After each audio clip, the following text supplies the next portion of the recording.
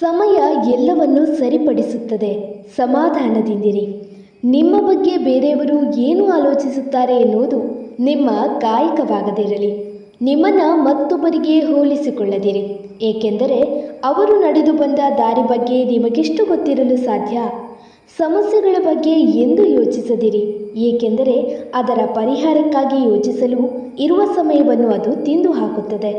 ನಿಮ್ಮ ಸಂತೋಷವನ್ನು ನೀವೇ ಹುಡುಕಿಕೊಳ್ಳಬೇಕು, ಬೇರೆಯವರಿಂದ ಎಂದು ಅಪೇಕ್ಷಿಸಬಾರದು.